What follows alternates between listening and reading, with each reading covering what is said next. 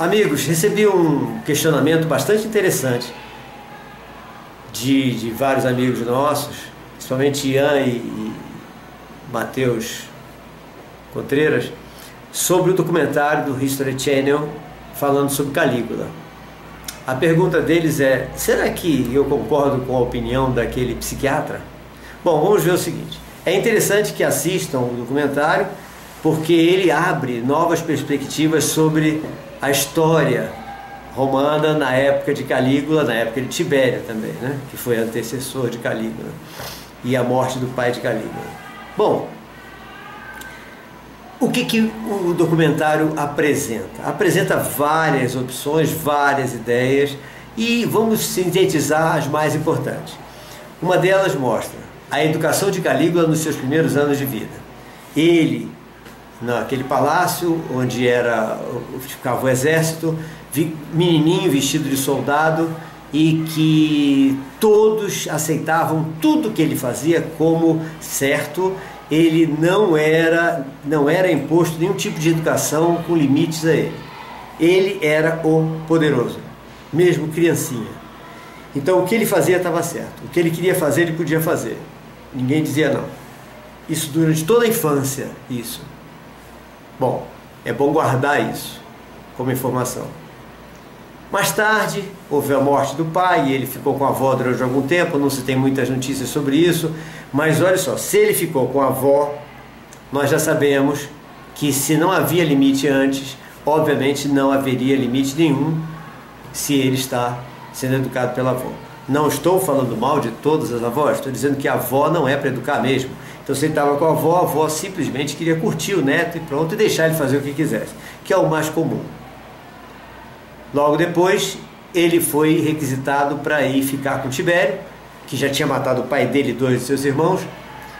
Ele até, segundo o historiador, ele pode ter ficado com medo, mas isso pode ter ficado com receio, mas isso é uma criação, é uma licenciosidade do historiador, do History Channel. E o fato é que ele passou um tempo com Tibério, totalmente já sem limites, ou seja, se considerando como centro do mundo, aquele que não pode ser punido por ninguém. E ele foi para Tibério, onde Tibério deu uma aula para ele, entendeu? Formou Calígula em atrocidades, em bacanais, em perversões de todo tipo, mortes, perversões sexuais, etc., assassinatos, sexualidade, etc. Pois bem, Calígula então tirou o PhD em perversidade, em perversão sexual, em tudo que podia, já sem limite, já completamente considerando o centro do mundo. Então ele matou Tibério, assumiu o poder, e obviamente a gente vê que logo em seguida ele foi adorado pelo povo, se mostrou para o povo uma pessoa super boa, jogando inclusive dinheiro para o povo e tal, todo mundo adorando ele, até que de repente ele mudou o seu comportamento e passou a ter um comportamento totalmente igual ao de Tibério ou pior, matando pessoas à vontade, muito sangue, muita perversidade sexual, etc. Ora, analise o seguinte: ele mudou por quê? Como mudou? Ele não era assim antes? Ele já era sem limites antes, ele apenas não estava no poder. Ele teve pós-graduação com Tibério e matou Tibério e foi ser o imperador. Então ele já tinha a perversidade atuante, mas ele era inteligente, estratégico, deve ter lido os livros de Sun Tzu, A Arte da Guerra. Então, certamente, ele sabia o que fazer para ganhar a simpatia popular. Ganhou a simpatia popular e no momento que ele viu que estava com tudo na mão, ele começou a se satisfazer como ele sempre quis. O History Channel coloca que houve então essa mudança repentina a partir de uma possível doença que ele teve, e essa doença então mudou a estrutura no lobo frontal, fazendo com que ele pudesse assumir comportamentos psicopáticos. Pode até ser, mas não precisava. Isso pode deixar claro, não precisava nada disso. Absolutamente não havia nenhuma necessidade de doença alguma para fazer com que Calígula assumisse o comportamento psicopático, digamos assim, entre aspas, que ele assumiu a partir dali.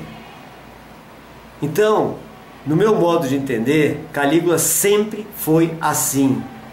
E teve períodos em que ele não pôde colocar isso em pauta, primeiro porque não estava com poder, e segundo porque havia uma estratégia de ganhar o povo, de conquistar o povo. Então vamos analisar agora o porquê que eu digo isso. Por que eu digo que Calígula não precisaria ter nenhuma doença? O comportamento era perfeitamente natural para quem foi assim criado. Ele foi programado para ser um tirano sanguinário e pervertido. Então ele estava apenas cumprindo a programação cerebral que foi feita nele. Vamos ver nos tempos atuais? Basta nós vermos crianças que não têm nenhum limite, que hoje é muito comum, e que se consideram o centro do mundo. E que no momento que elas são contrariadas, elas se revoltam contra aqueles que disseram que ela era o centro do mundo e matam. Suzanne não matou os próprios pais? Suzanne Richthofen? Quantos já mataram seus pais, avós, família inteira, etc., porque foram contrariados? E por que eles mataram porque foram contrariados? Eles estavam doentes? Não! Eles foram criados assim, como centro do mundo. E eles não aceitaram a contrariedade futura, principalmente por parte daqueles que os consideravam centro do mundo. Então é muito bom refletir sobre esse documentário de Calígula, porque cada criança dessa bastaria ter o poder que Calígula teve, que seria igual ou pior que Calígula. Só precisava do poder de Roma naquela época. Então, esse é que tem que ser refletido. Isso é importante. Foi ótimo essa pergunta de Ian, essa pergunta de Matheus Contreiras, porque faz com que eu me lembre que a todo momento nós temos que lembrar isso para os pais. Gente, ou a gente assume o papel de programador da mente dos nossos filhos, programando essa mente por meio de um exercício de limites bem planejado o tempo todo, e aí nós vamos ter um comportamento naturalmente perfeito, normal, o mais perfeito possível, ou nós vamos criar monstros que nem Calígula, ou que nem Suzanne, que nem essas outras pessoas todas que estão saindo nos jornais todos os dias, os Calígulas modernos. Então isso é que é o super importante. Essas pessoas não são psicopatas. Para mim, o psicopata, segundo a psiquiatria, a psicopatia já vem um gene, já está na pessoa e dispara em um determinado momento. Eu acho que o comportamento psicopático ele pode ser criado a partir de uma falha séria na programação da mente de uma criança, falhando-se no exercício, na imposição dos limites. Porque essa criança vai apresentar comportamentos que não são naturais para uma convivência social. Então, minha opinião é, Calígula não precisava de doença nenhuma, não precisou de absolutamente nada para mudar o comportamento, e ele não precisava ter a psicopatia para agir como ele agiu.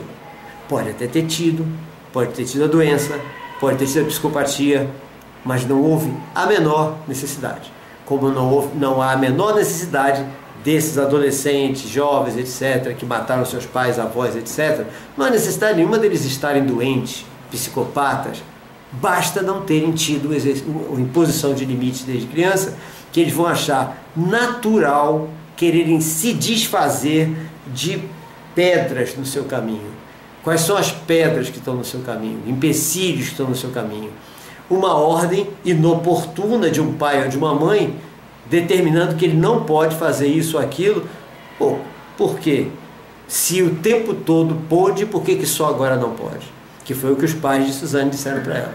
Com esse você não pode namorar. Como? Se eu sempre pude tudo, como é que eu não posso escolher meu namorado? Então esse é um detalhe muito importante, que o exercício de limites está na pauta. Nós temos que impor limites o tempo todo. E aproveito até para dizer mais um detalhezinho, já que nós estamos também, durante muito tempo, comentando agora sobre educação especial, a educação inclusiva. Os limites são para ser impostos, inclusive nas crianças que têm qualquer tipo de anomalia neuropsiquiátrica. Porque o exercício de limites é a base para o próprio cérebro começar a tentar funcionar um pouco melhor. Sem limite, o cérebro não vai funcionar corretamente, jamais. Ok, gente? Um grande abraço a todos. Obrigado, Ian. Obrigado, Matheus, por dar essa oportunidade de eu comentar sobre esse assunto. Um abraço a todos.